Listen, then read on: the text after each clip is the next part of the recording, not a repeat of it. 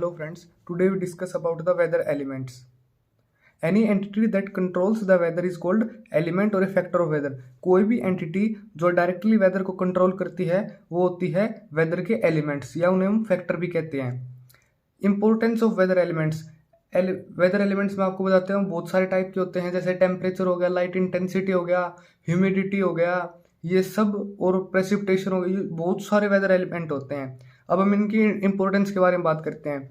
Weather element हमारे physical environment को बनाते हैं जिनके अंदर एक प्लांट ग्रो होता है. डायरेक्टली वेदर एलिमेंट्स ही हमारी फिजिकल इन्वायरमेंट को बनाते हैं. डिटरमाइन सक्सेस और फेलियर.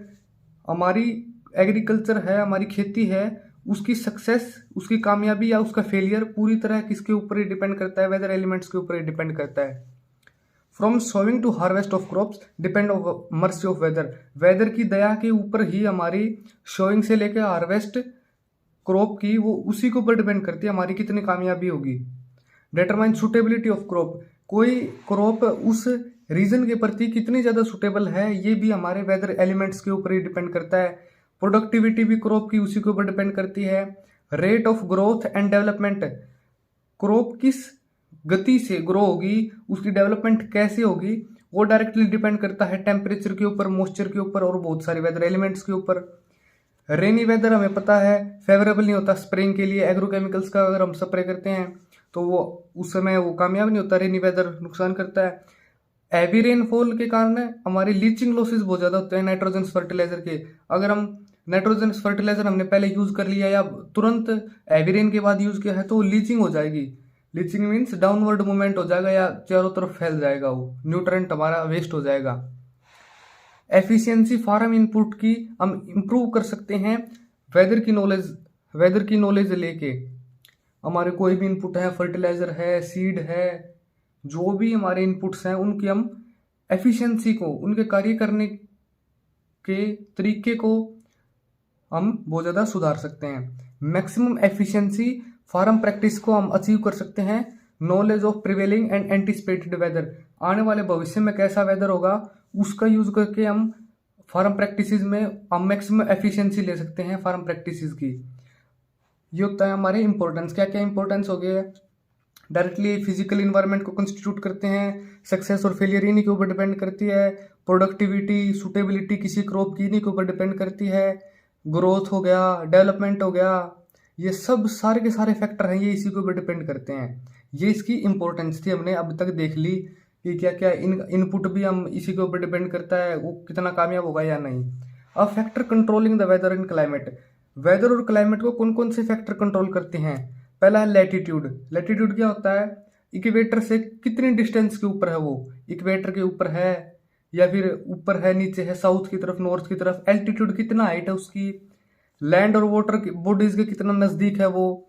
माउंटेनियस रीजन है या नहीं है, वहाँ की टोपोग्राफी है, स्लोप कैसा है, ये सब, इन सब के ऊपर वेदर और क्लाइमेट डायरेक्टली डिपेंड करता है. लैटिट्यूड का मैं आपको एग्जांपल बताता हूँ. जो इक्वेटर के नज़दीक है वहाँ पे लाइट इंटेंसिटी ज़्यादा होती है. जैसे आप श्रीलंका को लगा लीजिए, वहाँ पे थोड़ी लाइट की इंटेंसिटी ज़्यादा होगी हमारे जम्मू कश्मीर की बजाय. क्यों? क्योंकि लैटिट्यूड में डिफरेंस आ गया. एल्टीट्यूड जो नॉर्मली हमारे प्लेन्स एरिया है और माउंटेन जो हाइट वाले एरिया हैं उनके अंदर भी बहुत ज़्यादा डिफरेंस होगा. लैंड और वाटर बॉडीज कितना नज़दीक है, ह्यूमिडिटी नज़दीक होगी वाटर बॉडीज के अगर पास है कोई रीजन. माउंटेन रीजन भी डिपेंड करता है टेम्परेचर को, मॉइस्चर कंटेंट को, टेम्परेचर सबको, ये डायरेक्टली इसके ऊपर डिपेंड करता है. टोपोग्राफी कैसी है, स्लोप कैसा है, साउथ फेसिंग है, नॉर्थ फेसिंग है, इसके ऊपर भी डायरेक्टली ये हमारा डिपेंड करता है वेदर और क्लाइमेट. ये सब हमारे फैक्टर्स हैं जो वेदर और क्लाइमेट को कंट्रोल करते हैं. अब हमारा सबसे पहला वेदर का एलिमेंट आता है वो है सोलर रेडिएशन, या इसे हम कहते हैं light. From germination to harvest and even post harvest crops are affected by solar radiation. Solar radiation का जो हमारी धूप पड़ती है उसका डायरेक्टली जर्मिनेशन से लेकर हार्वेस्ट तक, हम जिस दिन बुआई करते हैं या जिस दिन हार्वेस्ट करते हैं और हार्वेस्ट के बाद भी इसका डायरेक्टली इफेक्ट होता है. जो बायोमास प्रोडक्शन है उसके लिए हमें लाइट चाहिए, हमें धूप चाहिए. कौन से? हमारा पूरा प्लांट के बायोमास को प्रोडक्शन करने के लिए. विजिबल पोर्शन होता है हमारा 0.4 से लेकर 0.7 माइक्रोमीटर.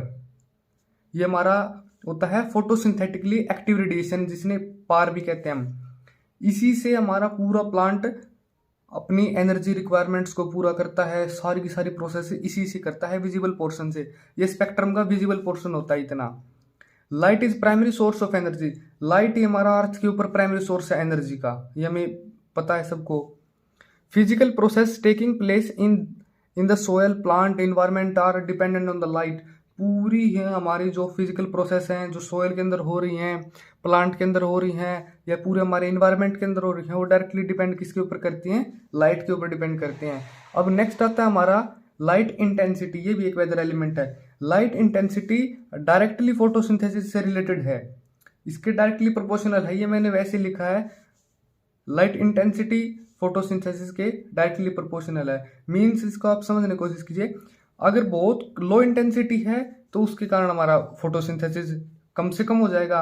अगर रेट ऑफ फोटोसिंथेसिस इंक्रीज होता है जैसे ही हम लाइट इंटेंसिटी को इंक्रीज करेंगे। लाइट इंटेंसिटी होता क्या है? कितनी तेज, कितना ज्यादा धूप की इंटेंसिटी है, कितनी ज्यादा है। जैसे दोपहर में लाइट इंटेंसिटी ज्यादा होती है सुबह की बजाय, ये होता है हमारा light intensity. Light intensity at which respiration equal photosynthesis is called light compensation point. Light compensation point क्या होता है? जिसके ऊपर हमारा रेस्पिरेशन और फोटोसिंथेसिस बराबर लेवल पे हो जाए, वो होता है light compensation point. Light saturation point ये क्या होता है? जिसके ऊपर फोटोसिंथेसिस है हमारी प्रोसेस, वो कांस्टेंट हो जाए, एक लय में चलने लग जाए वो बराबर मात्रा में, ये होता है हमारा लाइट सेचुरेशन पॉइंट। अब नेक्स्ट हमारा फैक्टर है लाइट ड्यूरेशन।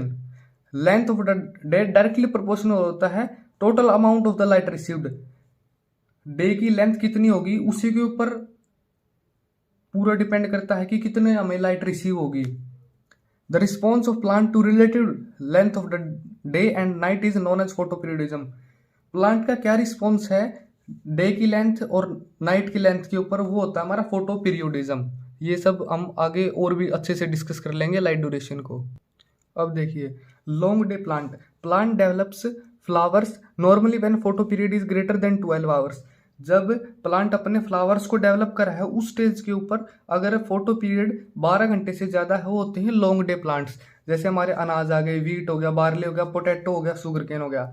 अब शॉर्ट डे प्लांट्स, जब हमारा फ्लावरिंग के टाइम पे, ये बात आप ध्यान रखना, बहुत सारे बच्चे कंफ्यूज होते हैं इसके ऊपर कि नॉर्मली हमें पता है कि लाइट का जो डे ड्यूरेशन है वो कम रहती है किसके, वीट के ऊपर, लेकिन फ्लावरिंग पीरियड के ऊपर वो बढ़ जाती है। ये आप ध्यान रखना, नोटिस करना। शॉर्ट डे जब 12 घंटे से कम होता है लाइट ड्यूरेशन, टोबैको में होता है, सोयाबीन में होता है, मेज में होता है, राइस, सनफ्लावर, ये शॉर्ट डे प्लांट होते हैं जिनके ऊपर कोई इफेक्ट नहीं पड़ता फोटो पीरियड का, वो न्यूट्रल होते हैं। टोमेटो हो गया, कॉटन हो गया, पाइनएप्पल हो गया, कपास हो गया, टमाटर हो गया, ये इनके ऊपर कोई खास इंपैक्ट पड़ता ही नहीं है। अब देखिए आप टेम्परेचर का। Temperature control, temperature directly control करता है ग्रोथ रेट और डेवलपमेंट किसी क्रॉप की। वो किस गति से बढ़ेगा, उसकी डेवलपमेंट क्या होगी, वो सब टेम्परेचर के ऊपर डिपेंड करता है। टेम्परेचर है क्या? इंटेंसिटी ऑफ हीट एनर्जी को मापने का एक तरीका है बस। Intensity of heat energy, heat energy की कितनी इंटेंसिटी है, कितनी उग्रता से वो कार्य कर रहा है। डे का टेम्परेचर और नाइट का टेम्परेचर ये दोनों इफेक्ट करते हैं क्रॉप को। डे का नहीं करता, दोनों का करता है।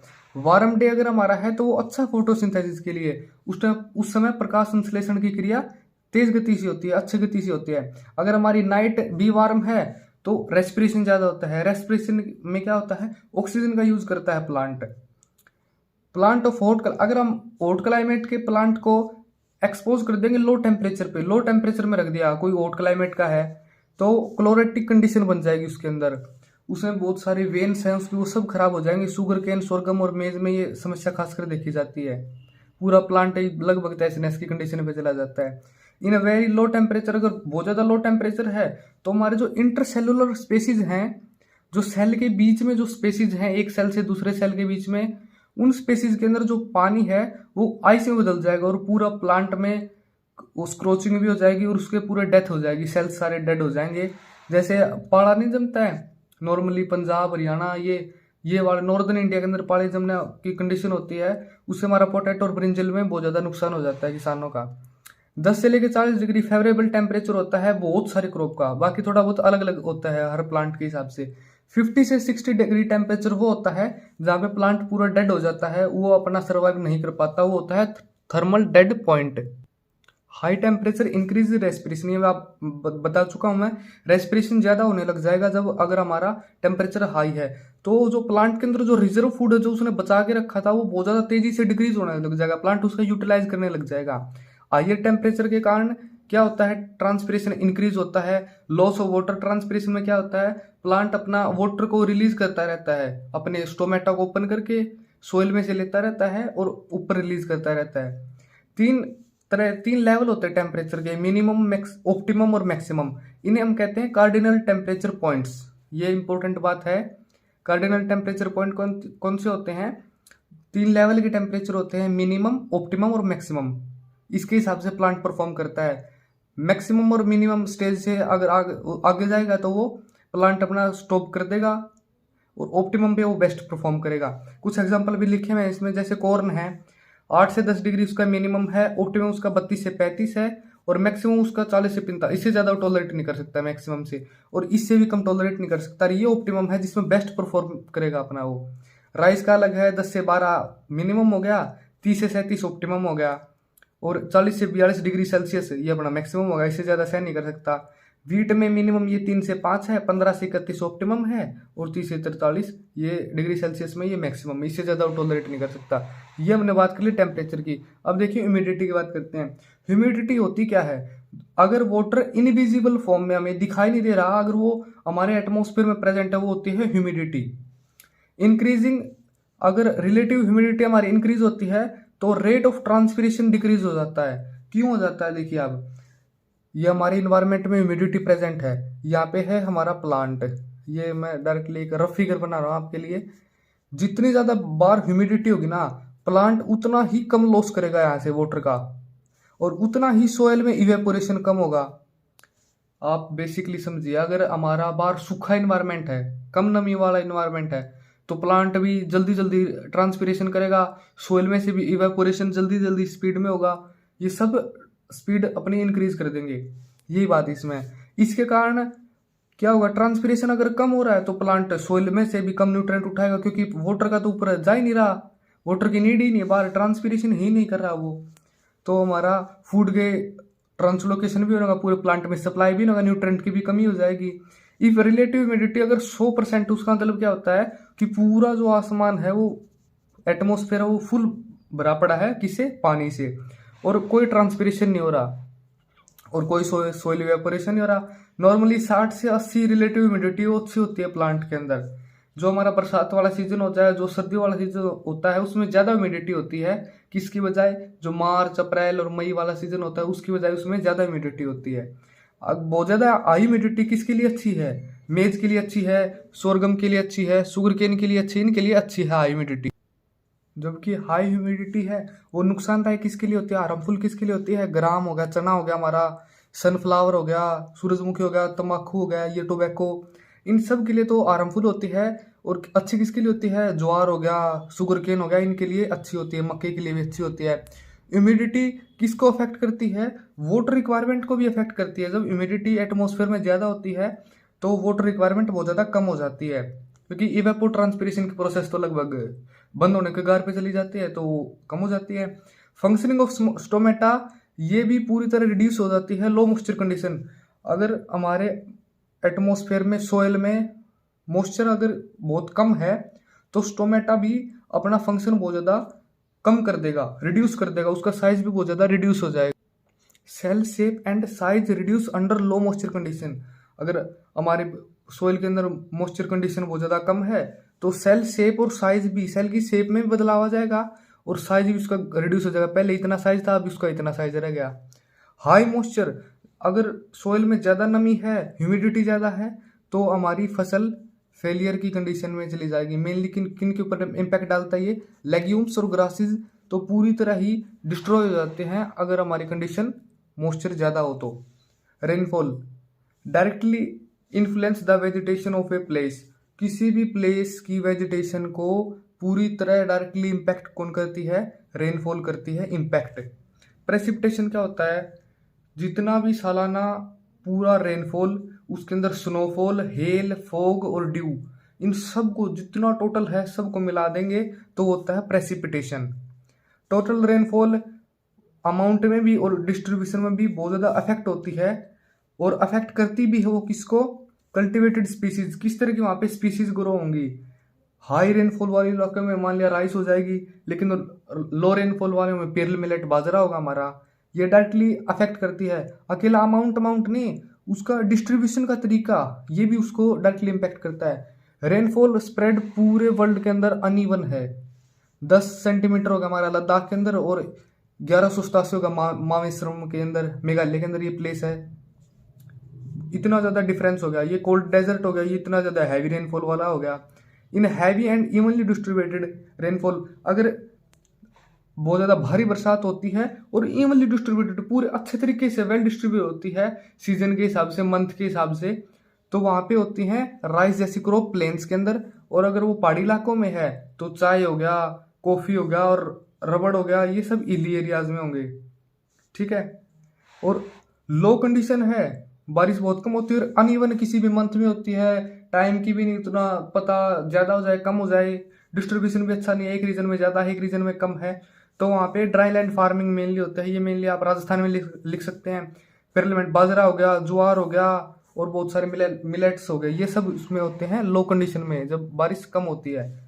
रेनफॉल अगर हमारे एग्रोकेमिकल का हमने स्प्रे किया है, किसी भी हर्बिसाइड का जो भी किया है, अगर वहाँ पे बरसात आ जाए बाद में तो एफिशिएंसी उसकी खराब हो जाएगी।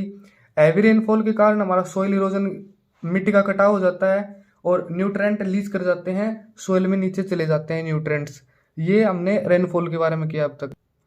अब हमारा आता है wind velocity. Horizontal movement of air is called eight wind. Wind क्या होता है, हॉरिजॉन्टल मूवमेंट। इस तरह अगर वो चल रही है हवा तो वो होता है हमारा हॉरिजॉन्टल मूवमेंट, उसे कम कहते हैं विंड। विंड वार्ड क्या होता है, जिस डायरेक्शन से विंड आ रही है, जिस डायरेक्शन से हवा आ रही है वो होता है विंड वार्ड। लीव वार्ड कौन सा होता है, जिस डायरेक्शन की तरफ जा रही है। मान लिया अगर वो आ रही है नॉर्थ की तरफ से तो विंड वार्ड डायरेक्शन कौन सी है, नॉर्थ, हम उसको नॉर्थ ही लिखेंगे।